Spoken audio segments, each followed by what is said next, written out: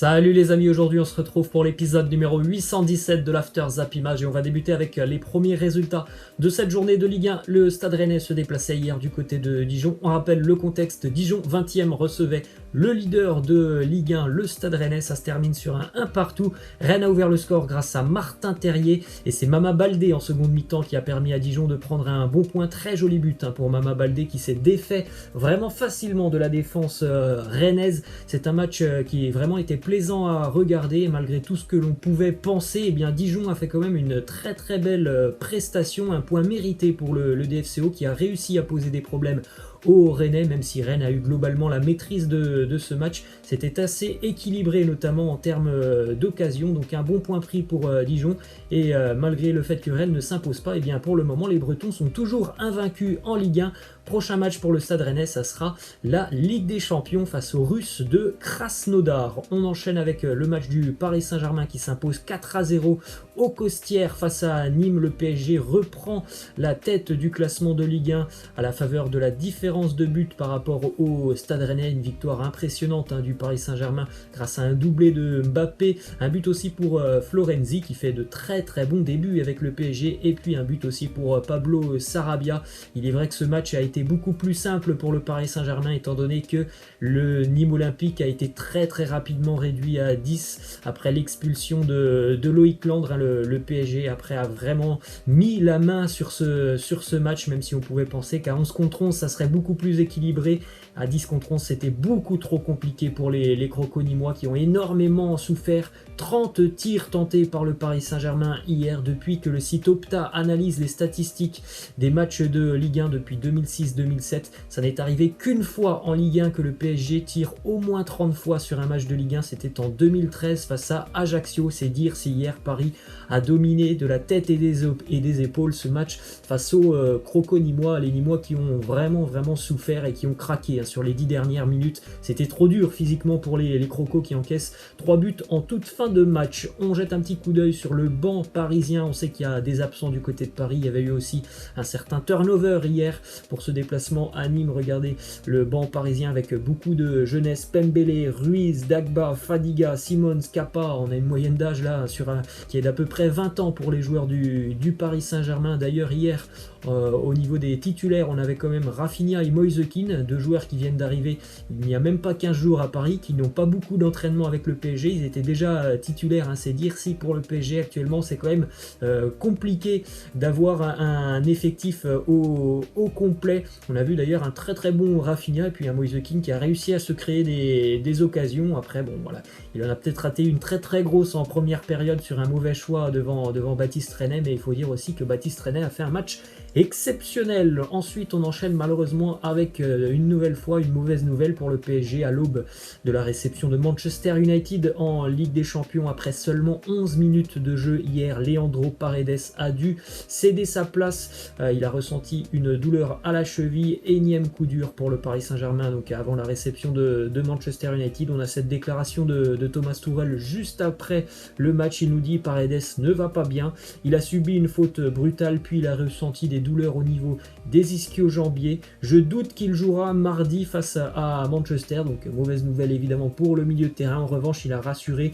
Neymar sera bien présent pour affronter Manchester United. On jette un petit coup d'œil pour le moment à l'infirmerie du Paris Saint-Germain. On sait déjà que Icardi et Kehrer ne joueront pas face à Manchester United. Thomas Tuchel a annoncé que ça semblait très compliqué de voir Marco Verratti jouer face à Manchester. Il a dit on est un petit peu plus optimiste pour Marquinhos, mais il n'y a encore rien de sûr et donc on ajoute à cette liste l'absence probable de Leandro Paredes. On enchaîne avec une déclaration d'Alexandre Letellier qui est donc le 3e gardien du Paris Saint-Germain et qui nous dit sur le coup on a du mal à y croire quand le PSG t'appelle alors que toi tu es au chômage, tu ne t'attends pas à un appel comme ça une fois au téléphone avec les gens du club, tu ne réfléchis pas et tu signes. Il n'y avait pas de question à se poser. C'est vrai que quand Paris t'appelle, surtout quand tu es au chômage et sans club, bon, faut pas trop se poser de questions je pense. On poursuit avec deux infos qui concernent au sein de la Ligue de football professionnel, mais aussi le diffuseur Mediapro.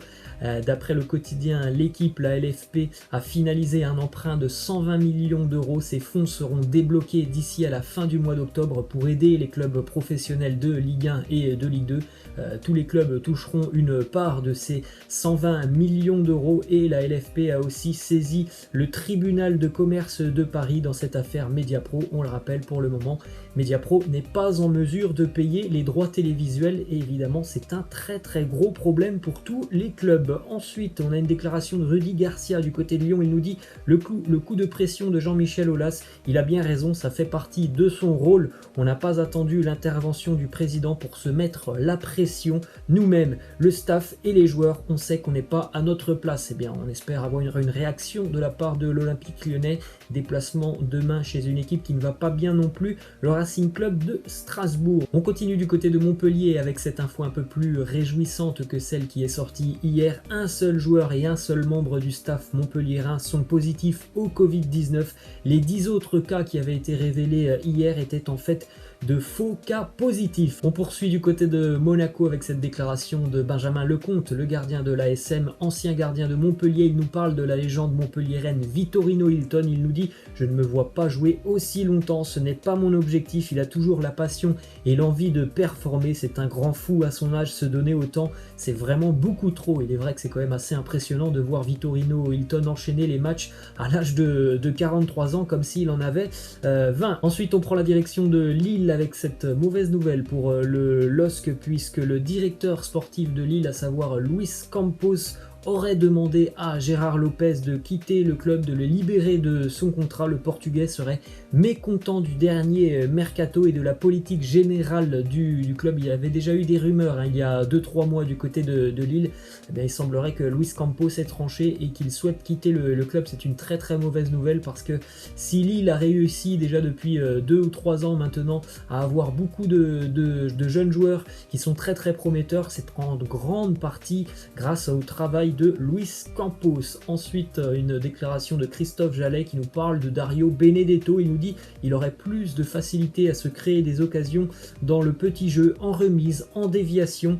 Il est capable de se créer beaucoup d'espace, mais c'est vrai qu'avec un joueur comme Dimitri Payet qui pourrait jouer juste derrière lui, ça serait beaucoup plus facile dans ce système. À l'heure actuelle, il est un petit peu esselé du côté de Marseille. Pourquoi pas tenter de mettre Dimitri Payet au milieu de terrain? Je ne pense pas que Payet a les qualités pour être sur le côté au niveau de la percussion. C'est un très bon joueur au niveau de la technique. En revanche, au niveau du volume de course, Dimitri Payet, il n'est pas fait, je pense, à l'heure actuelle et déjà depuis plus d'1 an maintenant pour être sur le côté. Ensuite, on jette un petit coup d'œil au groupe marseillais pour la réception des Girondins de Bordeaux. Quasiment tout le monde est là du côté de Marseille, y compris les recrues estivales comme Michael Cuisance ou encore le jeune Luis Enrique.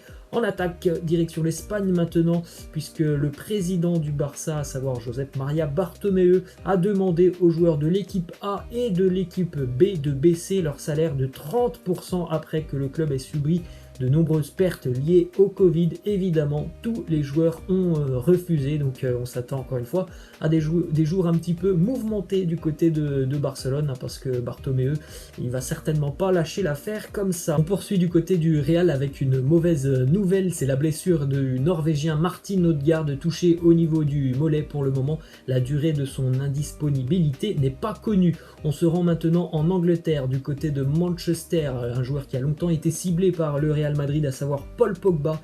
Il est désormais lié au Mancunien jusqu'en 2022, annonce faite par l'entraîneur Ole Gunnar Solskjaer, alors que Pogba avait un contrat jusqu'en 2021. Et bien Manchester a activé une clause qui lui a permis de prolonger le contrat du Français d'1 an. Ensuite, on se dirige du côté de Liverpool avec ce derby entre Everton et Liverpool cet après-midi 13h30. Vous pouvez jeter un petit coup d'œil pour voir que les deux stades sont très proches. Et puis pour ceux qui veulent une petite vidéo sur les stades les plus proches au monde, eh bien je vous la mets dans la barre de description en première ligne. C'est une vidéo que j'avais faite il y a 1 an, elle est d'actualité avec ce derby entre Everton et Liverpool. Liverpool. On poursuit du côté de la Première Ligue et plus précisément à West Ham, l'arrivée de l'ailier algérien Saïd Benrahma qui s'engage avec les Hammers contre 33 millions d'euros. Il arrive en provenance de la Championship et de Brentford. Un joueur vraiment splendide à voir jouer, Saïd Benrahma. Il est tellement à l'aise techniquement. C'est un bon buteur. Il est doté aussi d'une frappe très très puissante. Et c'est vraiment un super joueur qui s'engage en Première Ligue. Ça fait bizarre de se dire que ce joueur n'a même pas été recruté pendant la période de Mercato, alors que sincèrement c'était, je pense, le meilleur joueur de Championship l'année dernière. On poursuit avec cette info du côté de l'Atalanta Bergame. Les Bergamasques se déplacent à 15 h du côté de Naples. À noter un retour d'importance dans le groupe de l'Atalanta, le retour de Josip Ilicic qui était absent depuis le mois de juillet pour cause de problèmes personnels. Et on va terminer avec une déclaration d'Alexander Seferin, président de l'UEFA, qui nous dit: en théorie, nous pourrions organiser l'Euro dans plusieurs ou un seul pays. Je suis certain que l'Euro aura lieu l'an prochain. Donc à l'heure actuelle, c'est un petit peu flou ce qu'il pourrait se passer par rapport à l'Euro l'année prochaine. On le rappelle, normalement cet Euro, il devait se jouer dans plusieurs villes en Europe et peut-être que tout pourrait être chamboulé dans les prochaines semaines. Voilà les amis, c'est la fin de cet After Zap Image. Je vous laisse et je vous dis à la prochaine. Ciao.